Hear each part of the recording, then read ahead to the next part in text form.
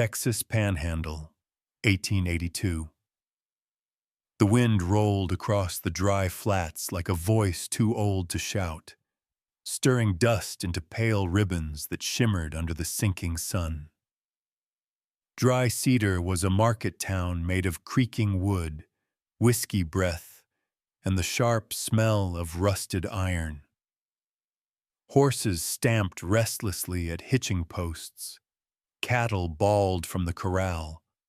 Boots struck the boards like dull drums. Near the end of the street, the auction bell rang one last time, thin and tired, its echo folding into the wind. Elias Crowford sat his horse at the edge of the crowd, the brim of his hat shadowing eyes that had seen more years of silence than laughter. In the pocket of his duster, a blue ribbon lay folded, soft from handling, as if it held something he still couldn't speak of. The auctioneer barked the final lots. Tools, a lame mule, a bay mare too thin to draw breath. The crowd had dwindled to ranchers and drifters with the day's dust on their boots. Elias came for the mare. He needed another workhorse before winter. Nothing more. But when he turned toward the corral, he saw her. The girl stood barefoot behind the rail, rope looped around her wrist, skin marked by the sun and travel. Her hair hung in dark knots, her face hidden under the shadow of her own stillness. A man with a red nose and a bottle in his hand tugged the rope as if she were stock. "Got a deaf one here," he slurred. "Don't talk, don't hear, eats little, works quiet, comes cheap." The men laughed, but not kindly. One spat into the dirt, another muttered, "Ain't right sellin' folk like that." Elias didn't move. He felt the dry wind shift, catching the girl's hair. She didn't flinch, didn't look at the man beside her. She looked at him. Her gaze wasn't pleading. It was clear, steady, like water waiting for its reflection. In it, Elias saw the thing he'd spent years burying under labor and dust. The kind of loneliness that recognizes itself. He turned away, jaw tight. He had no use for trouble, and the town always made trouble out of kindness. Still, the sound of the rope scraping wood followed him as he stepped toward the corral. The mare shivered, sides sunken. Elias ran a palm down her neck, murmuring low. The horse's eyes rolled white but settled at his voice. Behind him, the drunk laughed. "You want the horse, mister? She comes with the girl. I ain't dragging her back. Not worth the bread she eats." Elias straightened, dust in his throat.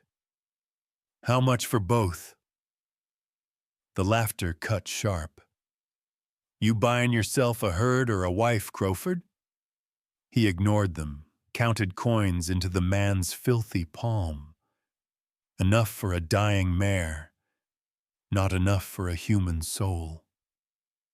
The rope jerked once, the girl stepping closer, instinct or choice he couldn't tell. "She's yours," the drunk spat, staggering away. "Don't say I didn't warn you." Elias looked at the rope between them. Then he took out his knife, sliced it clean, and tossed it into the dirt. The girl didn't move. Only her eyes followed the blade. "Come on," he said quietly. He led the mare toward the wagon. The girl followed, silent, her feet stirring little ghosts of dust. At the wagon's edge, she stopped, waiting. Not afraid, just waiting for what came next. Elias opened the tailgate and motioned her in. She climbed up without sound, folding herself in the corner beside a feed sack. The wind pressed against his coat as he took the reins. When the wagon lurched forward, he felt her presence behind him like a small warmth he wasn't ready to name. Halfway out of town, he glanced back. She had her palm laid flat on the wagon boards, feeling the rhythm of wheels over earth, as though listening through her skin. At dusk, they reached the rise overlooking Crowford Ranch. A scatter of fences, one low barn, and the open sweep of sky.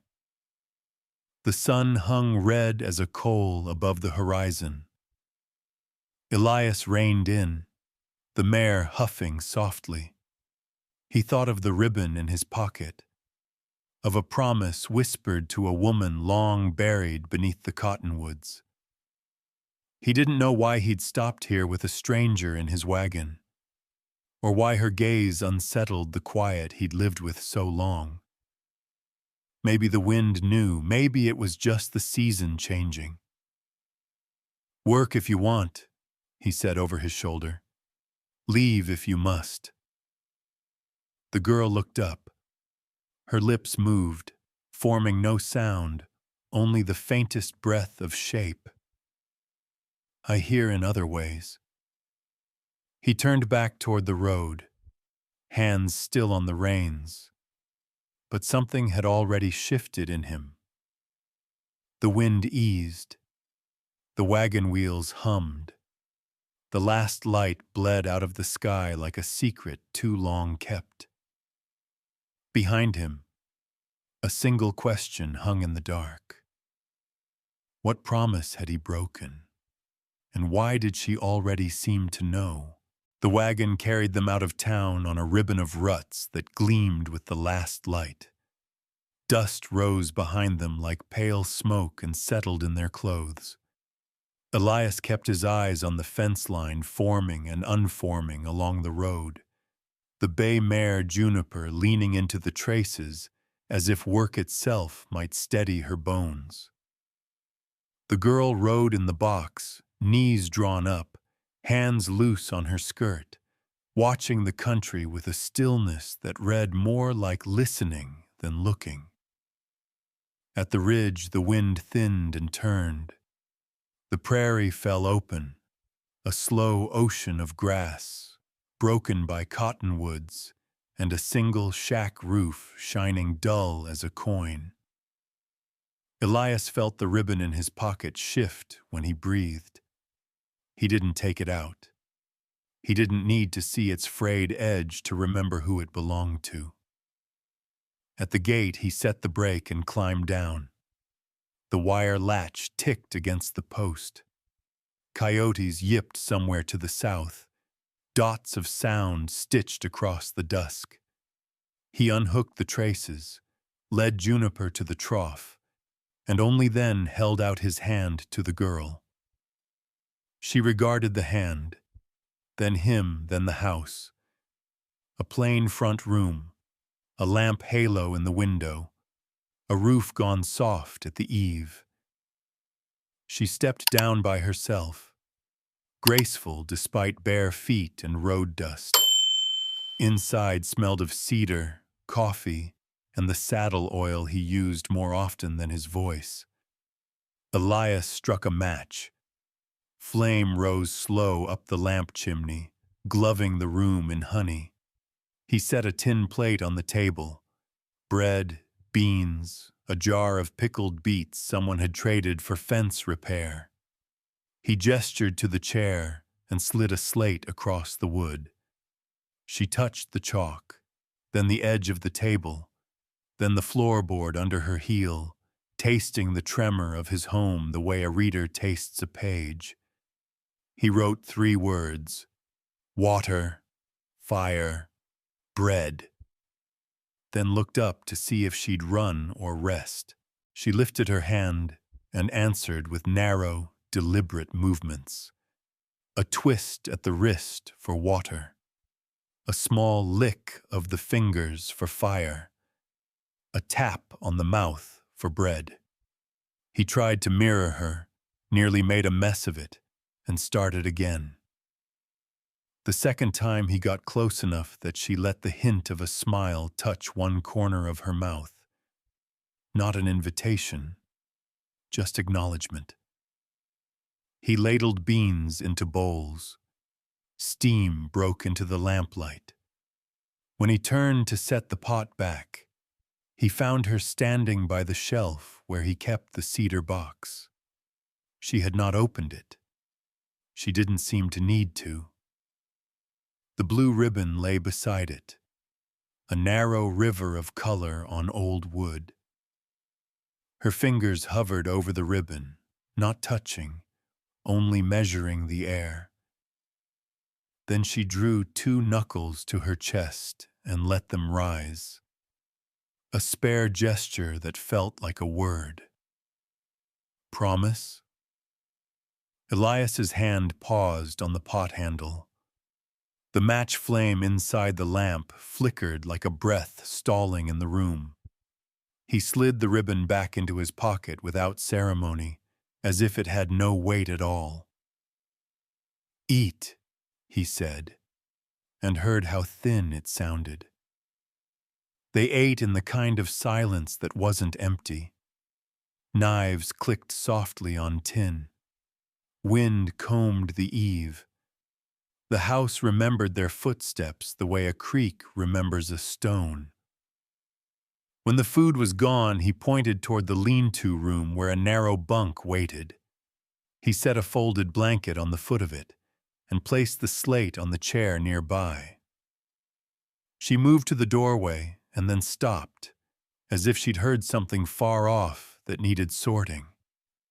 Elias rinsed bowls at the basin. Cold water bit his fingers awake.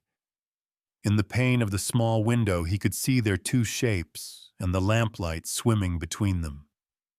He thought of the cottonwoods and the red hair ribbon his mother wore when she crossed the yard, smiling and fierce in the same breath.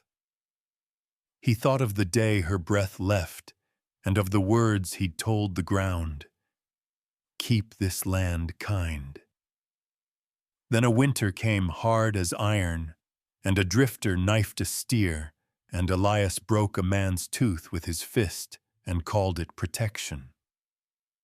After that, the words felt heavy, unfit in his mouth. He dried his hands on his shirt. The girl had sat at the table again and drawn a small mark in chalk, a curve like wind, a line like a road, a dot like a star. He didn't know the grammar of it. He knew the feeling. "Work if you want," he said. "Leave if you must." She lifted her palm and pressed it flat to the table. The boards trembled faintly with his pulse. She nodded once, a sober acceptance, and then pointed toward the door, to the dark outside, to the barn's shadow. "Not tonight," he said. "We start mornings." She remained by the threshold, poised between rooms like a note not yet played. Then, without warning, she crossed back to the shelf, placed 2 fingers lightly where the ribbon had been, and traced a tiny circle in the dust. Not claim, not theft. A marking of presence. Her eyes met his and held. Outside, a wire sang high and thin. The wind fell off so suddenly the quiet felt like a held breath. From the barn came a soft, off-timed thud, then silence, as if the night had swallowed it. Elias reached for his hat. The lamp flame shivered. The first dawn came blue and thin, light like smoke creeping through the cracks of the shutters. The world outside breathed frost and the quiet scrape of a rooster clearing its throat to morning. Inside, the stove muttered with slow heat. and the smell of coffee wandered through the rooms like a lost memory. Elias Crowford sat at the table, elbows planted, staring at the steam twisting up from a chipped tin cup. The girl moved soundless in the half-light, her bare feet tracing the knots in the floor.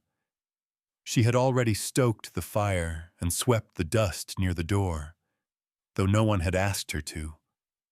Her hair was still damp from the well bucket, strands catching the gold that leaked through the window. Elias watched her move as if she'd lived there always, not a night. She took each task like it was already known to her hands. He reached for the chalk and wrote on the slate, "Water, fire, bread." He set it before her, then tapped each word, speaking slow. She studied his mouth, then made small, graceful signs. A twist of her wrist for water, a flick of the fingers for fire, a touch of her lips for bread. Elias repeated them, clumsy at first, his hands too heavy for her delicate alphabet. She smiled once, quick and real, the first crack in the shell between them. He poured coffee into a second cup and slid it across. She smelled it, then wrapped her hands around the warmth. He didn't ask her name again. The slate from last night still held her chalk mark, a shape like wind bent around a star. Outside, Juniper pawed the earth, tail flicking. The mare hadn't eaten since the auction. Elias stood and pulled on his coat. "Stay," he said, motioning with his hand. "Time for Hanatum." She tilted her head, the corners of her mouth unreadable. Then she followed anyway. The barn breathed the heavy smell of straw and old rain. Elias lifted the latch, but she slipped past him, kneeling by the bay mare's side. Her fingers pressed into the horse's flank, slow and steady, feeling for something beneath the skin. Juniper shuddered, but did not move away. The girl dipped a rag into the bucket, wrung it out, and began to clean the mare's leg. Her touch was patient, sure, as if she heard something through the tremor of muscle and air. Elias leaned against the doorpost, arms crossed. "Careful," he said. "She'll kick if you startle her." The girl didn't look up. She shook her head lightly, no. Then, with both hands, she traced the air above the horse's wound. He didn't understand the gesture, but the mare went still. When she finished, she stood and faced him. He thought she might speak, but she only held out her palms, showing him the faint shimmer of sweat and dust on her skin. For a second, he saw the small scars across her knuckles. Crescent moons. Old work. "She listens," he said, without meaning to. The girl nodded once. They walked back to the house under a white sun rising clean from the plains. The light hit the windows and turned the glass into mirrors. For a moment, Elias saw himself beside her reflection. Two quiet figures moving through the same silence for different reasons. He made breakfast from what little he had. Corn cakes and bacon crisped dry. She watched his hands, as if trying to memorize the rhythm of them. He caught her gaze and looked away, uncomfortable under how steady it was. When they finished eating, he set the chalk on the table again. "Show me," he said. She wiped the slate clean and wrote in careful letters, "Nora." He read it aloud, once, then again, Nora. He said it softer the second time, tasting how it fit the room. She lifted her hand, touching her chest, nodding, yes. Then she pointed at him, waiting. Elias, he said. She wrote it down, then drew a short line beneath both names, connecting them. It was nothing, only chalk on wood, but the simple line felt like something real. Through the open window came a faint hum, a sound too low for most ears, the song of a wire tightening in the wind. Elias looked toward the sound. Nora was already watching him, her head tilted, expression intent. The air shifted, thin and cool. Somewhere beyond the barn, a crow startled into flight, crying once before disappearing into the sky. He didn't speak, but she seemed to hear the question forming in his chest. She took the slate, wrote 3 new words beneath their names. Storm coming soon.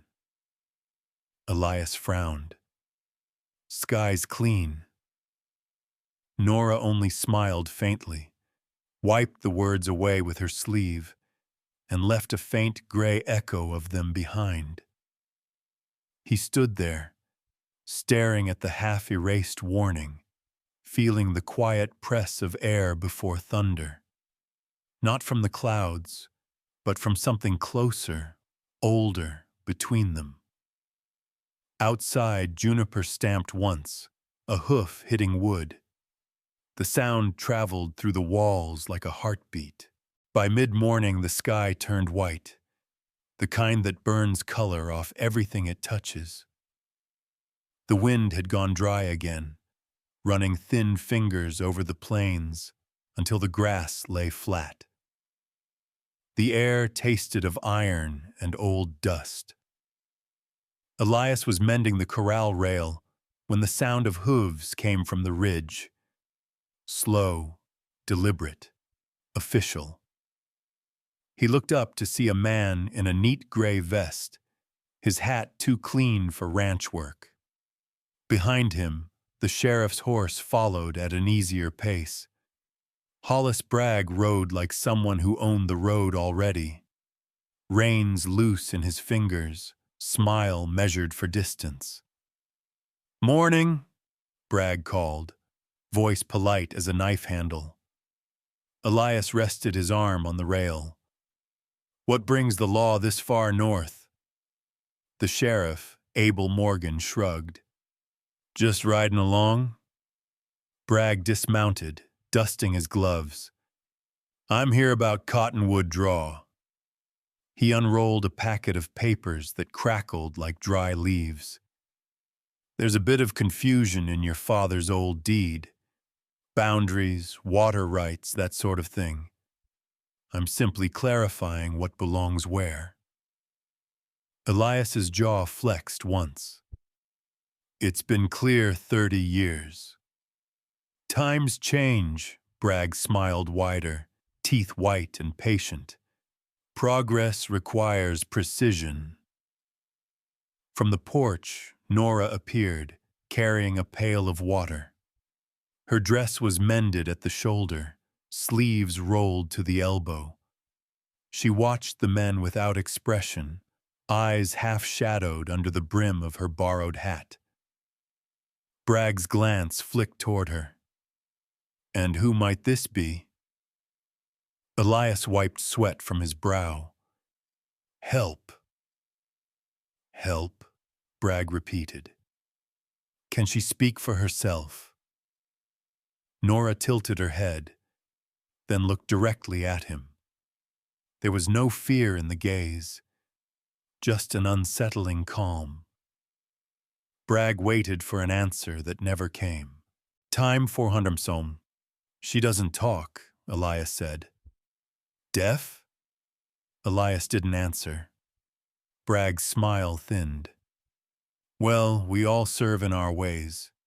Even silence can be persuasive. He turned back to the papers.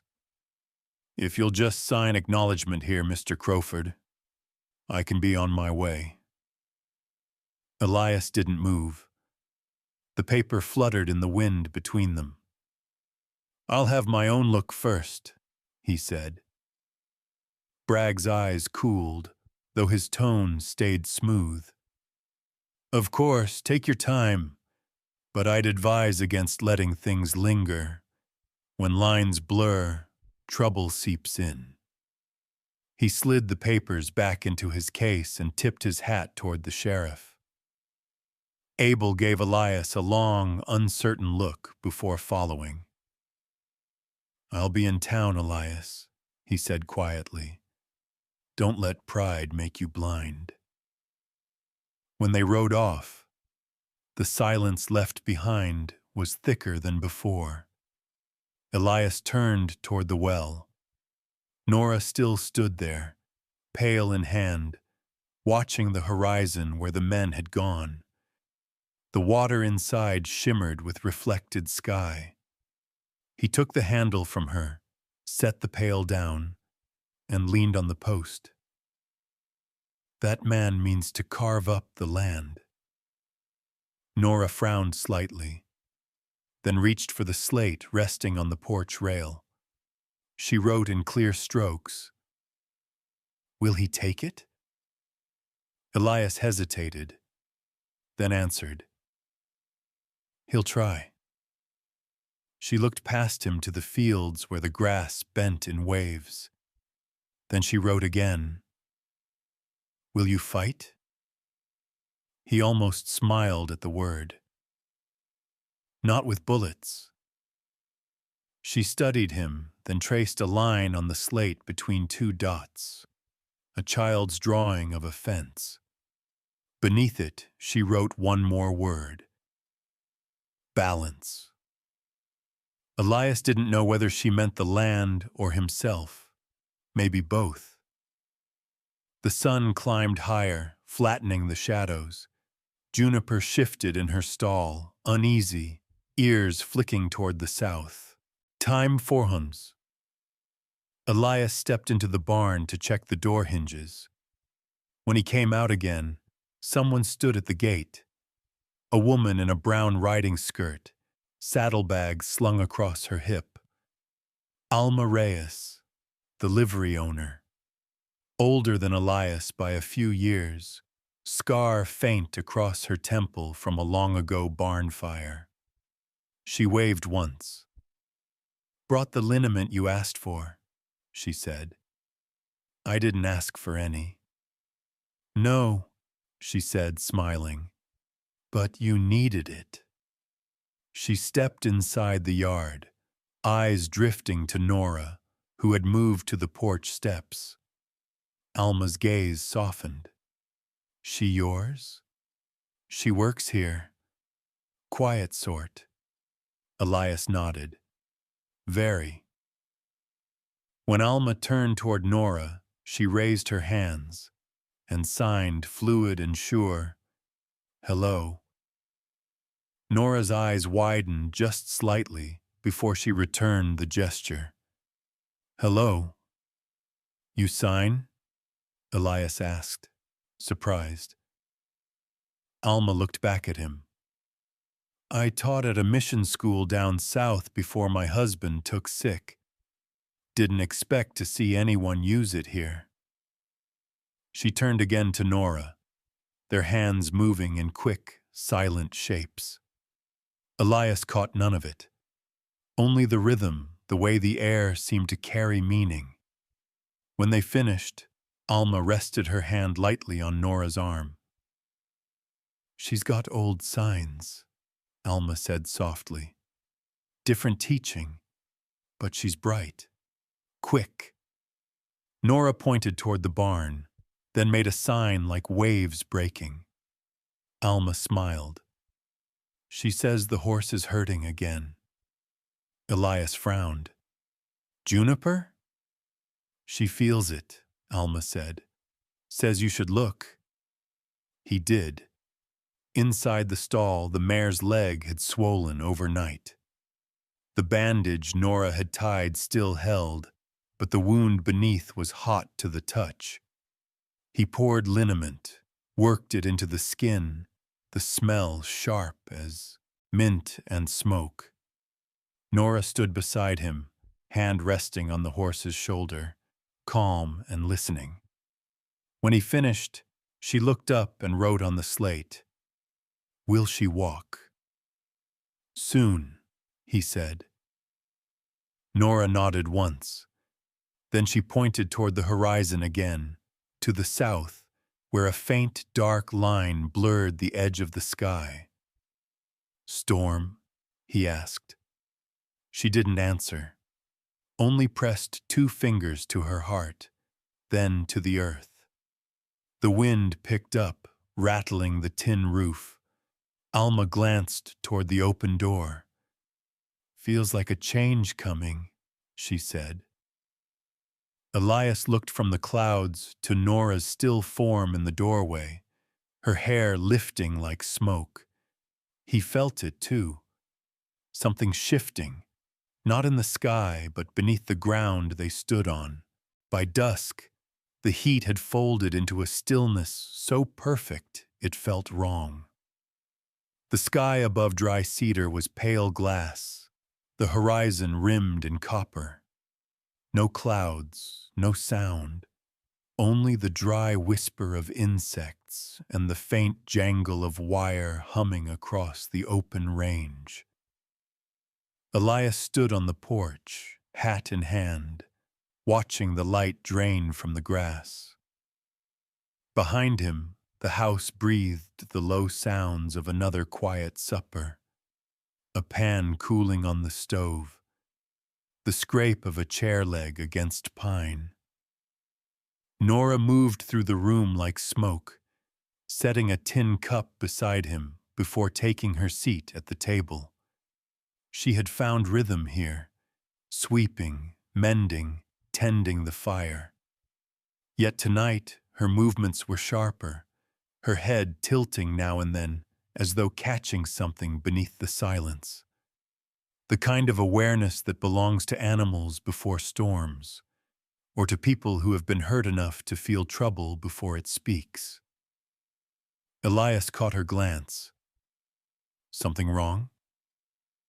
She hesitated, then reached for the slate and wrote, "A.R. heavy."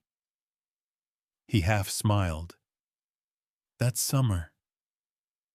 She looked toward the window, wiped the words, wrote again, "Storm soon." He frowned. "Sky's clean." She met his gaze, steady, calm. Then she signed, "Listen with your bones." Elias turned back to the porch rail. The boards under his boots hummed faintly, with a pressure too subtle for reason. Somewhere far off, a cow bellowed once, uneasy. He thought of her other warnings, the horse's pain, the fence about to give way before he saw it. Maybe the girl's hearing wasn't gone at all, just tuned to things the rest of the world forgot to notice. When the last of the light bled out, they walked the line of the corral together. Juniper stood restless, tail twitching, eyes rolling white. Nora reached out, laid a palm against the mare's flank. The animal stilled at once, breath evening out. Elias leaned his arms on the gate. "You do that with everyone?" She tilted her head, the faintest smile ghosting across her face. "Only with those who listen back," she signed. The sky began to lose its shape. The horizon blurred into the same deep gray as the ground, and a slow, warm wind rose from the south. The smell of rain was there, far away, but coming. They made it to the barn before the first drop hit. Inside, the air was thick with hay and shadow. Elias checked the rafters, the beams he'd patched in spring. They seemed solid enough. The lantern light rolled across the horse's eyes, turning them into small, bright coins. Nora stood near the open door, watching the dark like it was speaking to her. She pressed her hand flat against the jamb, feeling. Elias watched her profile, the line of her throat catching the light. He wanted to ask what she felt, but didn't. Words sometimes made things smaller. A low crack rippled through the distance, not thunder yet, but the warning before it. The animals shifted, a ripple of unease moving through the stalls. "Maybe you're right," Elias said finally. "Maybe it's comin'." Nora didn't move. She turned, pointed upward. Her eyes had gone wide, pupils dark as the space between stars. She signed one word: "Now." He stepped to her side, peering out. The sky looked the same, quiet, endless. He almost told her so when a sound split the night. A hollow creak like the groan of an old ship. The north beam of the calving shed bowed inward, wood fibers sighing. "Hell," Elias muttered, breaking into a run. Nora caught his sleeve, shaking her head. No, not that way. But he was already halfway across the yard when the wind fell dead, all at once. The air hung heavy for one heartbeat, two. Then came the flash, white, blinding, and a sound that cracked the world. Lightning took the cottonwood behind the shed, tearing it apart in a single violent breath. The tree split, fire licking its veins. Sparks showered across the corral, the ground blooming orange. Elias hit the dirt, felt the heat rush over his back. When he looked up, the shed wall was trembling, ready to give. He turned toward Nora. She was still in the doorway, hair whipped wild, her dress clinging with the wind. But her face was steady. She pointed again, this time to the east fence. "Down," she signed. He crawled, ducked, pulled himself to his knees, and followed her gesture. Another crack. Wood giving way, but not where he'd been. The beam dropped, dust and sparks spilling into the space he'd just vacated. When the thunder rolled past, silence came back thicker than before.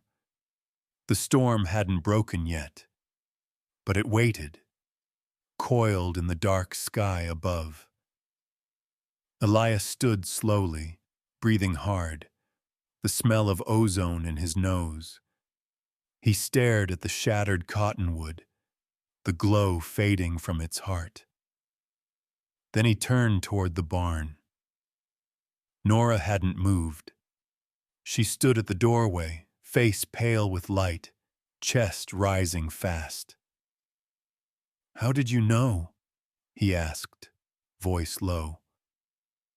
She didn't answer, only looked at him, certain, unshaken. Behind them, Juniper snorted softly, stamping once. A drop of rain fell, hissing where it met the embered ground. Rain came in fits at first, like a drunk knocking on the doors before he remembers his manners. Then it gathered weight, a steady curtain falling over the plains until the air turned to water and the sound to heartbeat.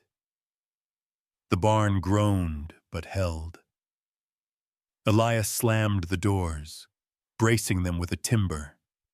His shirt clung to him, heavy with mud and sweat. Inside, the lantern hissed with each draft that slipped through the boards. Shadows crawled up the walls, stretching long and thin. Nora stood by Juniper's stall, her hands pressed to the horse's flank, eyes half closed as if she were listening through the animal's trembling. Lightning flared beyond the cracks, painting both of them in white fire. "You all right?" Elias asked, voice raised over the rain. She nodded once, then signed safe. He took a breath he hadn't realized he'd been holding. The storm raged harder. Wind punched the walls, rattled the roof. A loose beam squealed but didn't fall. Elias crossed the floor, checked each latch, each post. His boots sank into straw gone slick under leaking drops. When he turned, Nora was watching him. For a heartbeat, it was just the two of them and the sound of the world trying to tear itself apart outside. He said, half to himself, "Never seen a sky split like that." She stepped closer, picked up the slate from the tool shelf, and wrote, "I felt it before." Then, beneath it, another line, "Light does not warn." Elias read the words, rain pattering around them like applause. "Guess not," he said quietly. When the thunder rolled closer again, he reached for her arm without thinking. She didn't pull away. Together they waited through the last burst, the air thick with the smell of smoke and wet wood. Hours later, when the storm broke apart, the world fell into a hush too deep to measure. The rain softened into mist. The wind slipped away. He opened the door to find the yard littered with leaves and the split cottonwood still smoldering, half its trunk glowing like an ember. They walked through the puddles toward the house, feet sinking into mud. Every step hissed. Inside, the fire had gone out. He built it again while she fetched dry cloths. Her hands moved quick, practiced, wringing water from his coat, setting it near the hearth. He watched her in the flicker, the way she moved without sound, without hesitation. The kind of grace born from years of necessity, not vanity. When the flames steadied, she turned toward the shelf. The cedar box waited there. The blue ribbon looped around its latch. She touched the edge, then looked at him with a question he could almost hear. "It was my mother's," Elias said. "Name was Annalise. She used to tie that in her hair when she went to town. Said it kept dust from finding her thoughts." Nora smiled faintly, eyes soft. He went on, voice low. "When she died, I promised to keep this land kind, to treat it fair. My father, he wasn't built for that kind of mercy. Took more than he needed, from soil and men alike. I said I'd do better." He rubbed a hand over his jaw. "Then one winter, a man tried stealing a steer. I caught him, beat him near dead. Said it was justice." He shook his head. "After that, I didn't say the promise out loud again. Felt I'd buried it with her." Nora stepped forward. She took the ribbon between her fingers, gentle as handling a flame, and held it out to him. Her other hand moved in slow, deliberate motion. "Remember now." Elias stared at her, the words catching behind his teeth. The room was quiet except for the drip of rain from the eaves and the faint hiss of wet wood drying. He took the ribbon, turned it over once, twice, then set it back on the box. "Maybe it's time," he said. She nodded, her expression neither sad nor glad, just certain. Then she wrote on the slate, "Promises do not die. They wait." He smiled for the first time in days, a tired, grateful smile. "Reckon you're right." For a long moment, they sat in the orange hush of the hearth, the storm thinning to whispers outside. The air smelled of ash and rain, a scent that carried both endings and beginnings. Then, through the quiet, came a sound, faint but clear. Hoofbeats, slow, measured, drawing near from the road. Elias stood, moving to the window. A figure approached through the mist. Hat low, coat dark with rain. The horse stopped at the fence, steam curling from its nostrils. Rufus Pike. He dismounted stiffly, holding something small in his hand that gleamed when lightning flared once more. Nora rose behind Elias, eyes narrowing. She did not move to hide. Elias opened the door as the wind carried the smell of whiskey and wet iron into the room. "Evening, Crowford," Rufus said, voice rough but sober. "Didn't reckon I'd find the girl still breathing." Elias's hand went to the doorframe. "You're late for regret." Rufus gave a short, humorless laugh and held out a tin locket. "Ain't here to take her. Came to warn you. That man Bragg, he used me to sign his claim. Said it was for the town. Lies. He's coming for your land and her name both." Elias glanced at Nora. She stood silent but watchful, the firelight turning her eyes to amber. "What's that?" Elias asked, nodding at the locket. Rufus opened it. Inside lay a scrap of faded blue cloth, same weave as the ribbon in the cedar box. "Her mother's," he said. "Found it when I sobered up enough to remember what I'd thrown away." He held it out. "Don't let that man use her the way I did." Elias took the locket, cold and light in his palm. He nodded once. "You did one thing right tonight." Rufus stepped back into the rain, hat brim dripping. "Don't thank me. I owe worse." He turned and rode into the mist, leaving only the echo of hooves fading into the fields. Elias closed the door. The fire cracked behind him. Nora touched his sleeve, eyes fixed on the locket. For the first time since she'd come, she looked almost afraid, not of men or storms, but of memory. He set the locket beside the cedar box, ribbon and cloth lying together like two halves of the same wound. Outside, the rain softened to nothing. Inside, the house exhaled. The next morning rose gray and slow, the kind of light that can't decide whether to stay or go. Water still dripped from the eaves, each drop hitting the mud with the tired rhythm of a clock that had lost its count. The air smelled of cedar smoke, rain, and something faintly metallic. Memory, maybe. Elias woke in the chair by the hearth, coat still on his shoulders. The fire had burned low, just embers glimmering under ash. On the table, the locket sat open beside the cedar box, its scrap of blue cloth trembling in the draft from the cracked window.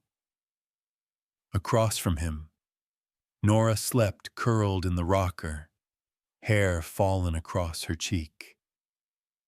He didn't move for a long time, just listened. The rain had stopped, but the world outside hadn't remembered yet. Even the birds were cautious, testing the air with half-hearted notes. When Nora stirred, he looked up. Her eyes opened slow, focused on the locket first, then on him. She stood, crossed to the table, and touched the little thing with the tip of her finger. Reverent, questioning. "He said it was your mother's," Elias murmured.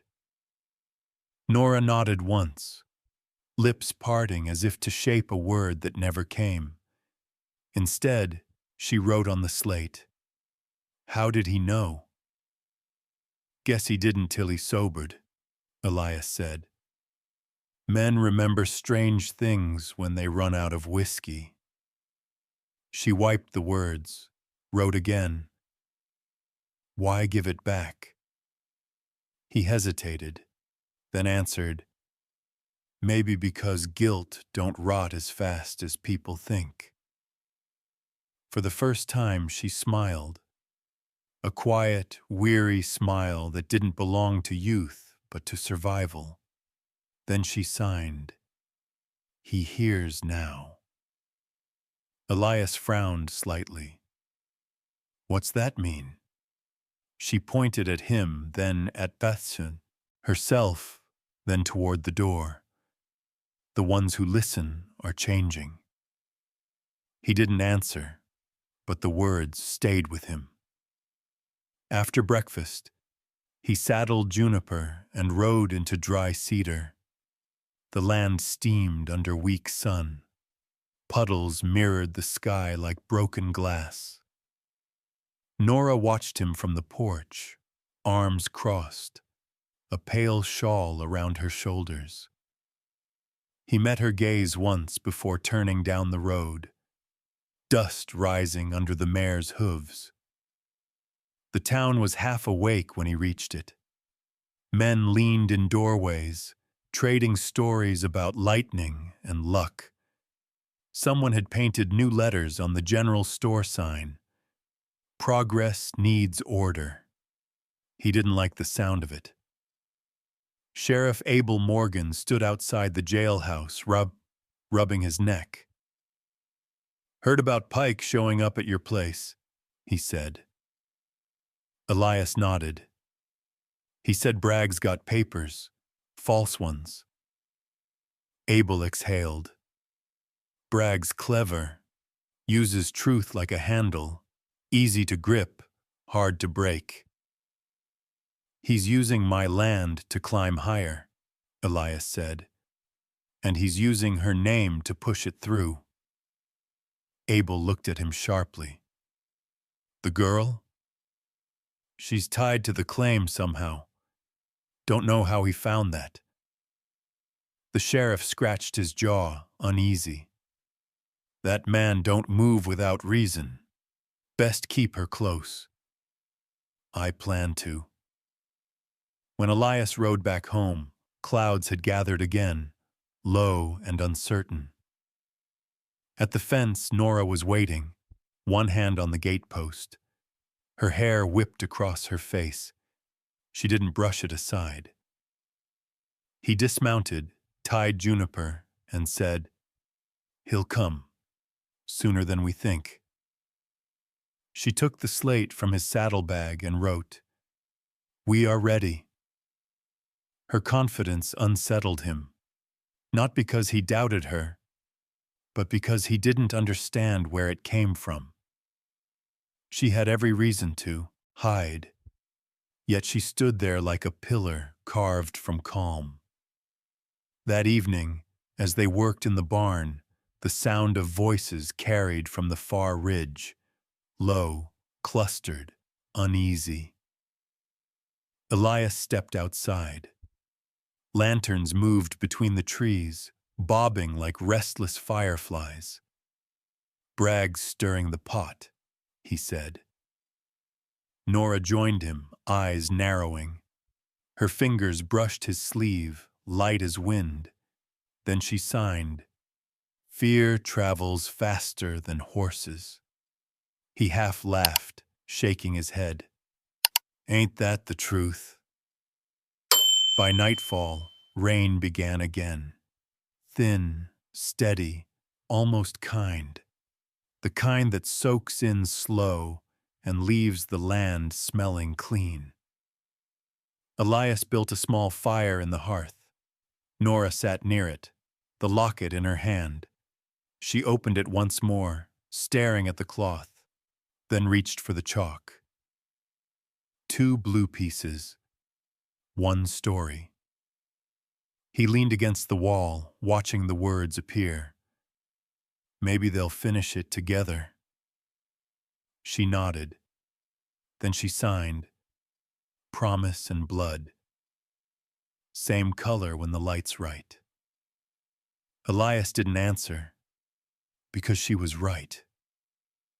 The firelight caught in the ribbon and cloth, both trembling, almost alive. Later that night, when he stepped onto the porch for air, he saw movement by the north gate. A lone rider, still and waiting. Lightning blinked behind him, revealing a dark coat and a gleam of metal in his hand. Bragg. The man didn't come closer, only tipped his hat once and turned his horse toward town. But in that brief moment, Elias saw what the lawman had brought. Not a weapon, not even anger, but papers sealed in red wax. When the wind shifted, Elias caught the faintest sound. Laughter, low and certain. He went back inside. Nora was at the window, eyes fixed on the same direction. She didn't ask. She didn't need to. Elias laid a hand on her shoulder. He's coming soon, he said, and he won't be alone. She turned to him, hand covering his, the locket still warm between her fingers. Then she signed, Let him come. He nodded slowly, feeling something stir inside. Not anger this time, but a quiet resolve, the kind that holds ground without shouting. Outside, the rain deepened. The plains swallowed the last of the lantern lights, leaving only the sound of water and wind against the house. By noon, the town steamed under a sun too bright for comfort. Tin roofs hissed, and the air above the street shimmered like heat over coals. A freight train idled near the depot, its whistle carrying long and low across the flats. Elias Crowford rode into Dry Cedar slow, hat low, coat open, dust already rising again behind him, as if the storm had never happened. Posters flapped on the general store wall, neat rows of fresh paper stamped with Bragg's seal. Order and opportunity for all. Below it, smaller print. Water Redistribution Act. Approved and witnessed. He tore one down and folded it once, sliding it into his coat. Inside the mercantile, folks were gathered by the counter, voices low but sharp. Hollis Bragg stood among them, smiling like a man who owned every word in the room. His boots were spotless. His gloves hung from his belt like cymbals. "Gentlemen," he said, tapping a ledger, "this ain't about taking. It's about fairness. Crowford's holding more draw water than his cattle can drink, while others scrape by.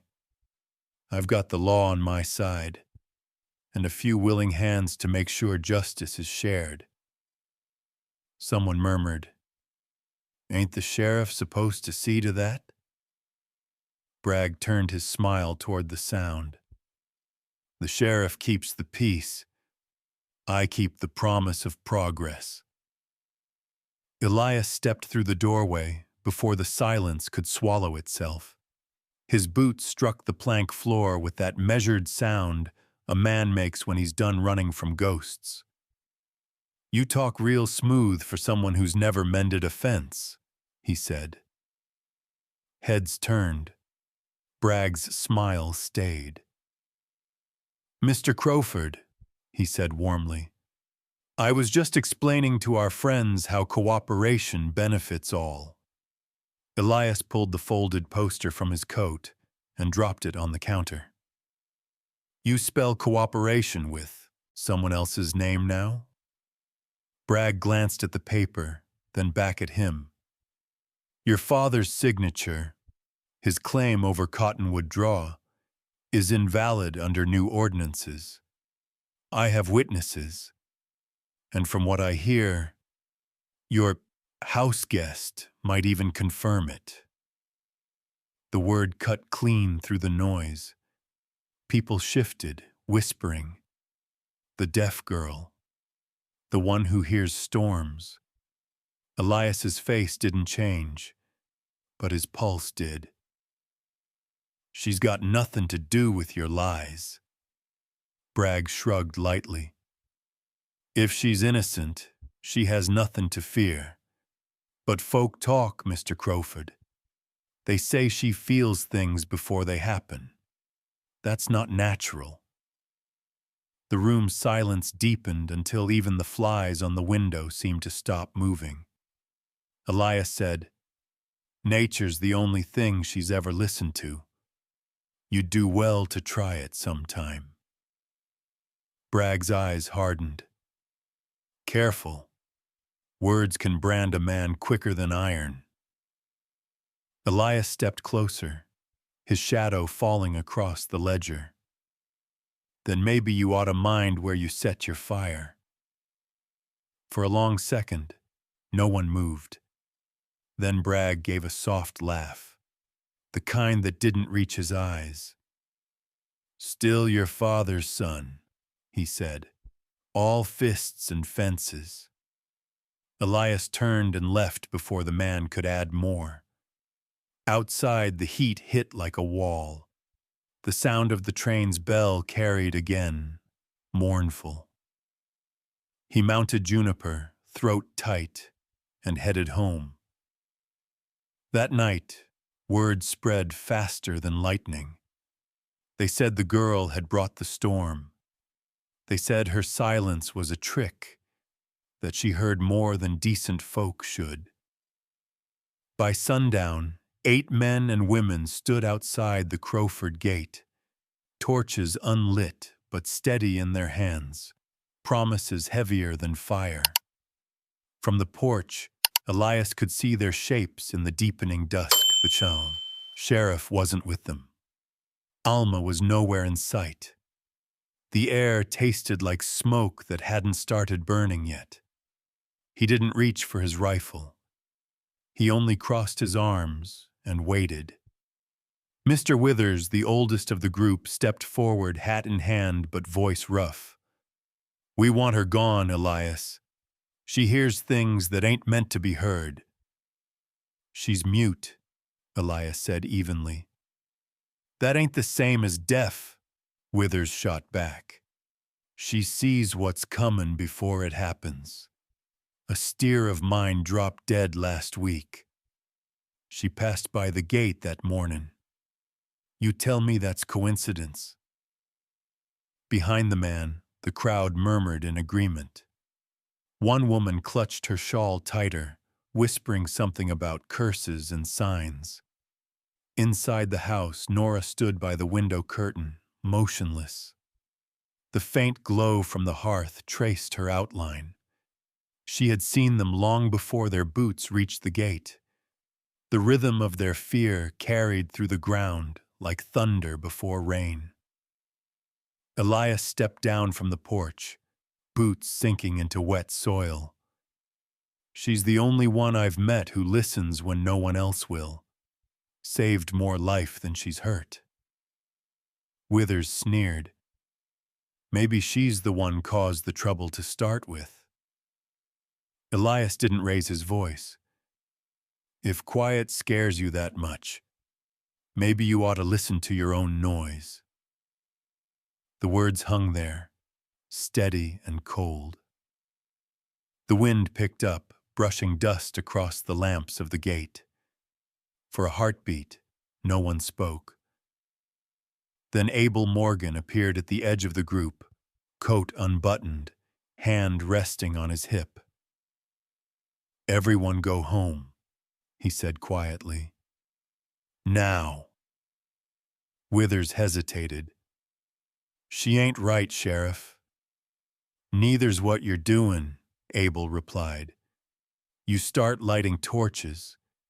You better be sure you're not the ones who burn." Thus, tension broke slow, like a board bending.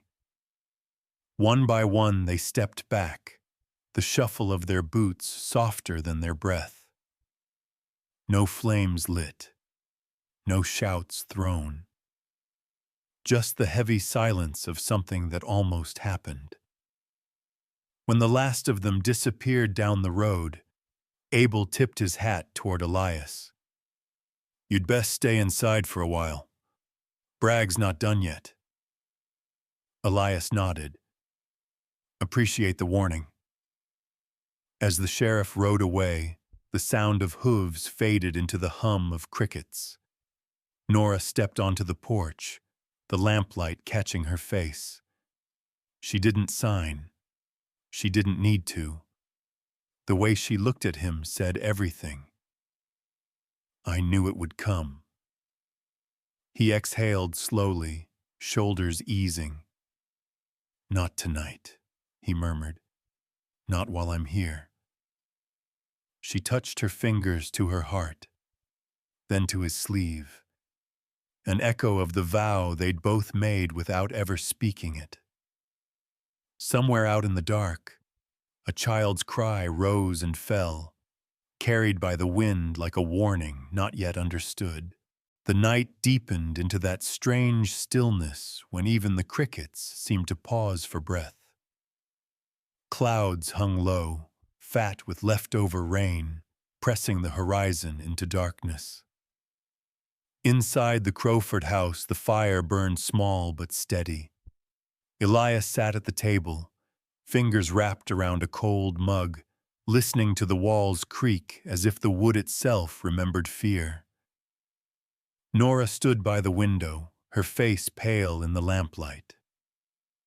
Outside, the road gleamed faintly with moisture, a thin silver thread between them and the world that wanted to forget.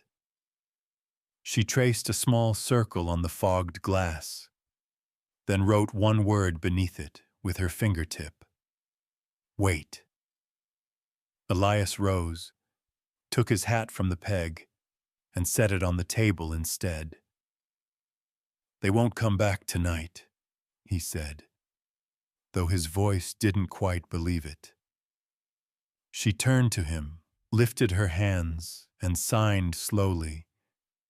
"They will, but not the same way." He didn't ask what she meant. There was truth in her stillness, the kind that came from listening to things most men never stopped long enough to hear. A knock came at the door, not loud, but careful. Elias opened it to find Alma Reyes, raincoat dripping, lantern in hand. "You all right?" she asked. "We're fine," Elias said. "Crowd's gone." "Not gone," Alma said. "Just quiet. That's worse." She stepped inside, lowering her lantern. The smell of wet leather and smoke filled the room. "Bragg's words have teeth," she said. "He's saying she's got witch blood, that the land listens to her. Some folks are starting to believe it." Nora watched Alma's lips, then made the sign for lie. Alma nodded, answering in sign, "Yes, but fear likes stories." Elias crossed his arms. "What about Abel?" "Trying to keep the lid on the pot," Alma said. "But it's boiling faster than he can cool it." Silence pressed in. The clock ticked once, twice, then stopped, its spring tired from years of waiting. Then, from outside, the sound came, faint at first, like a voice caught in the wind, a child's cry. Elias froze, listening. Another sound followed, barking, frantic, distant. He looked toward Nora. Her eyes had already changed, sharp, wide, focused somewhere beyond the walls. She grabbed the slate, chalk screeching. Someone lost. Small, East Field. Elias didn't question. He snatched his coat, called for Alma, and grabbed the lantern. "Stay close," he said. The three of them moved into the night. The air was damp and heavy with mist. Their boots sank into soft ground. The light from the lantern cast a trembling circle around them. Halfway to the east field, Alma stopped. "You sure?" Nora crouched low, pressed her palms to the earth. For a moment she didn't move, only breathed. Then her fingers began to trace invisible lines through the mud, following dips and ridges, tiny disturbances that no eyes could see. She stood, turned north, and started walking. Elias followed. The wind carried another cry, weaker this time. They pushed through brush and thorn, through puddles that caught the lantern light like scattered mirrors. Finally, at the edge of the cedar grove, they saw him. A small boy curled beneath a bent tree, one boot missing, ankle twisted, eyes swollen from tears. Nora reached him first. She knelt, laid a hand on his chest, then his forehead. The boy's breathing steadied, as if the night itself had loosened its grip. Alma knelt beside her, murmuring prayers in half Spanish, half sigh. Elias lifted the child into his arms. "Let's get him home," he said. By the time they returned to the ranch, dawn was starting to stain the horizon. The boy's mother was waiting by the road, face streaked with tears. When she saw them, she ran, fell to her knees, and gathered the child like a miracle. "She found him," Elias said simply. The woman looked at Nora, the girl she'd once whispered about at the well, and could only cry harder. "God bless you," she said, voice shaking. "God bless you." Nora didn't answer. She only pressed her hand to the woman's shoulder, a gesture light enough to be a whisper. Then she turned and walked back toward the house, her shawl fluttering in the wind like the wing of a dove. The crowd that had cursed her the night before watched from a distance, silent. Not one spoke as she passed. Even the torches from their shame had gone cold. Inside, Elias set the lantern on the table. Its flame flickered, then steadied. "They'll talk different now," he said quietly. Alma smiled faintly. "They'll start with doubt, then stories. But this time the story favors her." Through the window, first light broke across the wet field, painting it gold. Nora stood by the fence, eyes on the horizon. She lifted her hand, palm open, feeling the hum of the waking world. Elias joined her there. "What do you hear?" he asked. She looked at him, and for once she didn't sign. She just smiled, small and knowing, as if to say, "Peace, finally." The frost came early that morning, silvering every blade of grass until the world looked carved from glass. Breath hung in the air like smoke. The ranch lay still, except for the slow groan of thawing boards and the sound of water dripping from the eaves. Elias Crowford stood on the porch, rubbing warmth into his hands. eyes on the far ridge where mist still clung to the trees. Nora moved quietly beside him, shawl drawn tight, her gaze following the same horizon. The night before had changed something, not between them, but around them. The town that had feared her now whispered her name in gratitude. The wind carried a different kind of silence, respect, uneasy, but real. From the barn came the soft clatter of hooves. Juniper's limp was easing. Life, after so much noise, seemed to return on tiptoe. Sheriff Abel Morgan arrived just after sunrise, coat buttoned against the cold, hat pulled low. He dismounted slow, holding a small leather ledger in his hand. "Found something," he said, voice low. "Thought you'd want to see it." Elias led him inside. Nora followed, the hem of her skirt whispering across the floorboards. Abel laid the ledger on the table, brushing dust from its cover. The embossed name read, "Mission of St. Vega, 1856. "Bragg's been waving papers," Abel said, "but those don't match the town records. This here's older. Came from the church archives. Alma helped me find it." He opened to a page filled with faded ink and water stains. Columns of names ran down one side. On the other, neat notations of land use and water rights. Elias bent close. The handwriting was his father's. Abel tapped a line near the bottom. "See here. The Crowford claim. Your father marked more acreage than the church. Authorized. 5 extra parcels along Cottonwood Draw." Elias exhaled through his nose, slow. "He overclaimed." "Looks that way," Abel said.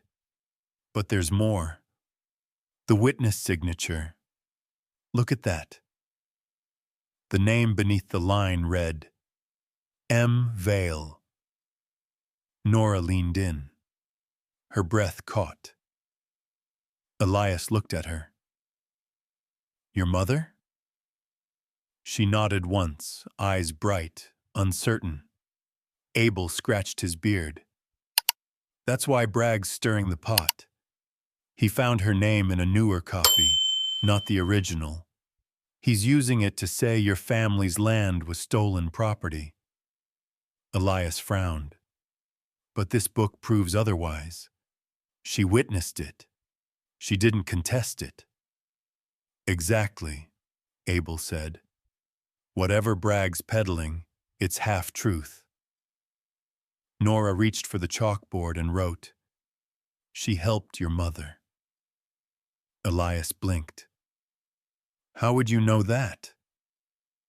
Nora tapped her temple, then her heart. Remembered, not heard. Abel shook his head softly. "Don't know how she does that, but I believe her." They studied the ledger until the fire burned low. The story it told was older than any argument Bragg could print. 2 women, Annalise Crowford and Miriam Vale, signing a shared promise over a land they both tended. "Looks like the women kept the peace better than we did," Abel said. Elias smiled faintly. "Always do." When the sheriff left, the house felt warmer, the kind of warmth born from knowing the truth might finally speak for itself. Later that day, Elias and Nora walked down to Cottonwood Draw. The air smelled of thawing mud and pine sap. The stream still ran clear from the storm, its surface flashing with pieces of sky. Elias knelt, cupping the cold water in his hands. "My father took what wasn't his," he said, "and I've been living off that mistake my whole life." Nora crouched beside him, fingertips grazing the water. Then she signed, "Then give it back." He looked at her, surprised. "That simple?" She nodded. Promises heal when they're kept twice. Her hands paused, resting on her knees. Then, slower, she signed something new. "My mother trusted yours. I trust you."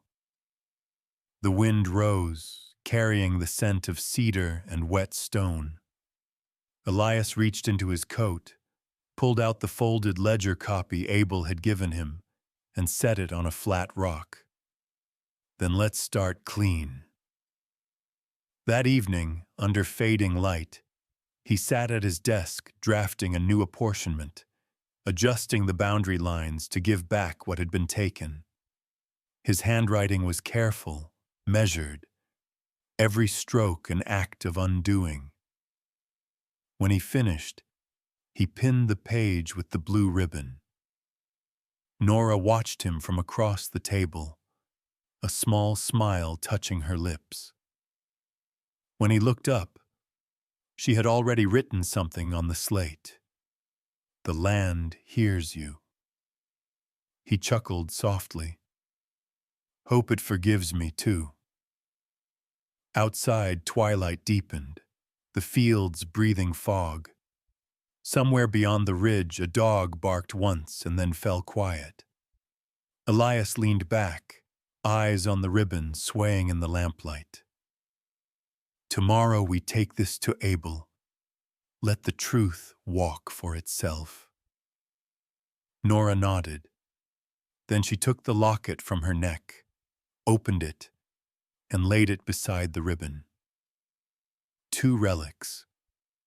One born of guilt, one of promise, resting side by side on the map of a mended world. When the wind came through the open window, it didn't sound like warning anymore. It sounded like release. Morning came soft and damp, the sky still holding the scent of last night's rain. Inside the kitchen, steam curled from a pot of coffee. Nora Vale moved quietly, the rhythm of her steps matching the slow drip from the eaves. At the table, Elias Crowford bent over the ledger, pen scratching like a steady heartbeat. He wasn't guarding the land anymore. He was setting it free. When he finished, he set down the pen and tied the blue ribbon across the new deed. "That's it," he murmured. "The draw runs clean again." Nora leaned over his shoulder, reading the lines. She pointed to his name and wrote on the slate, "You give too much." He smiled. "Better too much kindness than too little peace." Her fingers traced one word in the dust on the table. "Balance." The sound of hoofbeats broke the quiet. Sheriff Abel Morgan stepped in with Alma Reyes close behind, both smelling of dust and road. Abel dropped a weathered book on the table. Mission of St. Vega, 1856. "Found this at the church," he said. "Your father's claim, and a witness signature. M. Sur Vale." Nora froze, her breath catching. Elias looked from the page to her face. "Your mother?" She nodded once. Alma smiled softly. "Seems our families were tied by paper long before rumor tied us by fear." Abel flipped to another page. "This proves Bragg's claim is false. The land was meant to be shared, not stolen. Your father overreached, but this clears you." Elias exhaled. "Then I'll finish what they started. He pressed the ribboned deed into Abel's hands. "File it.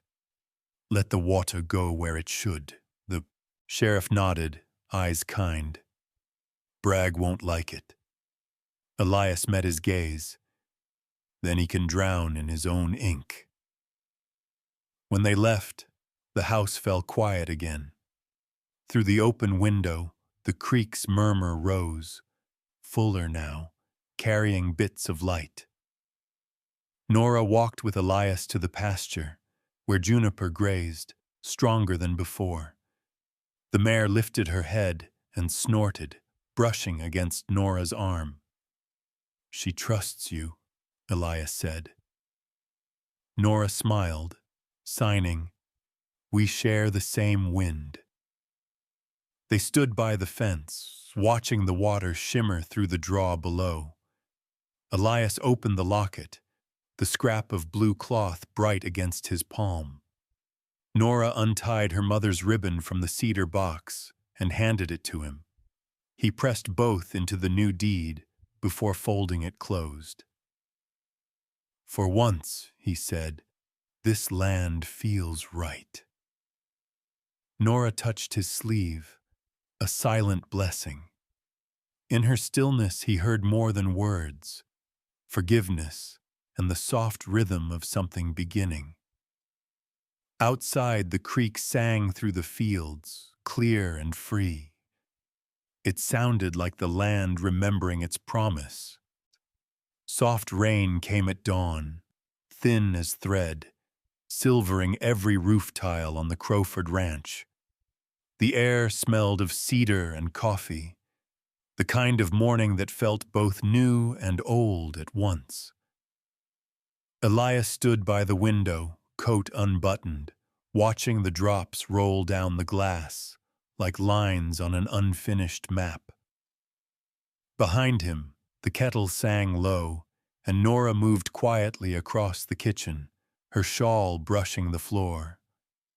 The new deed lay on the table, bound with the blue ribbon and sealed with Father Vega's wax. Beside it, the locket rested open, its scrap of cloth faded but clean. Justice, for once, had been quiet. "They'll file it today," Elias said, voice rough from too little sleep. Nora looked up, then wrote on the slate, "The land will breathe again." He nodded. "Maybe we will, too." Through the window, children's laughter drifted faintly from the road. Since the storm, Alma had begun bringing them from town, sons of ranch hands, daughters of traders, to learn signs from Nora. They came shy at first, unsure how to speak without sound. Now their hands moved quick and light, words made of motion and trust. Elias stepped onto the porch.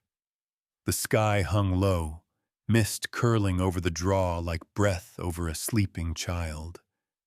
The earth smelled alive again. Nora joined him, a tin cup of coffee in hand. They stood side by side, shoulders almost touching, watching Juniper and the calves graze near the fence line. "She listens to you," Elias said. Nora smiled faintly, signing, "She listens to the wind. I only remind her how." He laughed quietly, the sound soft in the rain. "Then I reckon you remind me, too." They went back inside, as thunder rolled far off, not warning now, just distance. Elias laid 2 mugs on the table, then sat across from her. He unfolded a scrap of paper, words written slow and deliberate. He turned it so she could read. "I want to hear your heart, if you'll let me listen with mine." Nora traced the letters with her fingers, feeling them instead of reading them. Then she reached across the table and touched his chest, right over his heart. "You already do," she whispered, her voice soft, uncertain, but real. For a long time they sat in that fragile stillness, rain pattering against the window, fire humming low. Outside, the wind carried the scent of wet sage and wood smoke. Inside, silence no longer felt empty. It felt shared. As evening settled, Alma arrived with the children again. They gathered in the lean-to room Nora had built, a space of glass and warmth. She taught them how to sign thank you, home, and light. Their laughter filled the corners like song. When they left, Elias and Nora remained by the window. He looked at her and said, "You belong here." She smiled, touching his hand. "So do you." The rain eased to a mist. From the draw came the low, steady murmur of water running true. Above it, the world held still, not in silence but in peace. Out on the quiet plains where wind and memory meet, the story of Elias and Nora reminds us that love doesn't always need words. It only needs the courage to listen. In a world that moves too fast, their silence speaks of gentleness, patience, and second chances. Perhaps that's why this story lingers. It's not just about a ranch or a storm, but about finding peace where there once was pain, and light where there once was loss. If this tale touched something in your heart, if it reminded you of a face, a place, or a promise once made, please share it with us in the comments below. We'd love to hear your memories, your thoughts, your own quiet stories. Don't forget to leave a like if you believe, like Elias and Nora did, that kindness can still change a world. And if you'd like to walk with us again through the dust and dawn of the Old West, where every heart still has a story to tell, please subscribe to our channel. Until our next ride together, may your days be calm, your nights gentle, and may someone always hear the heart you carry.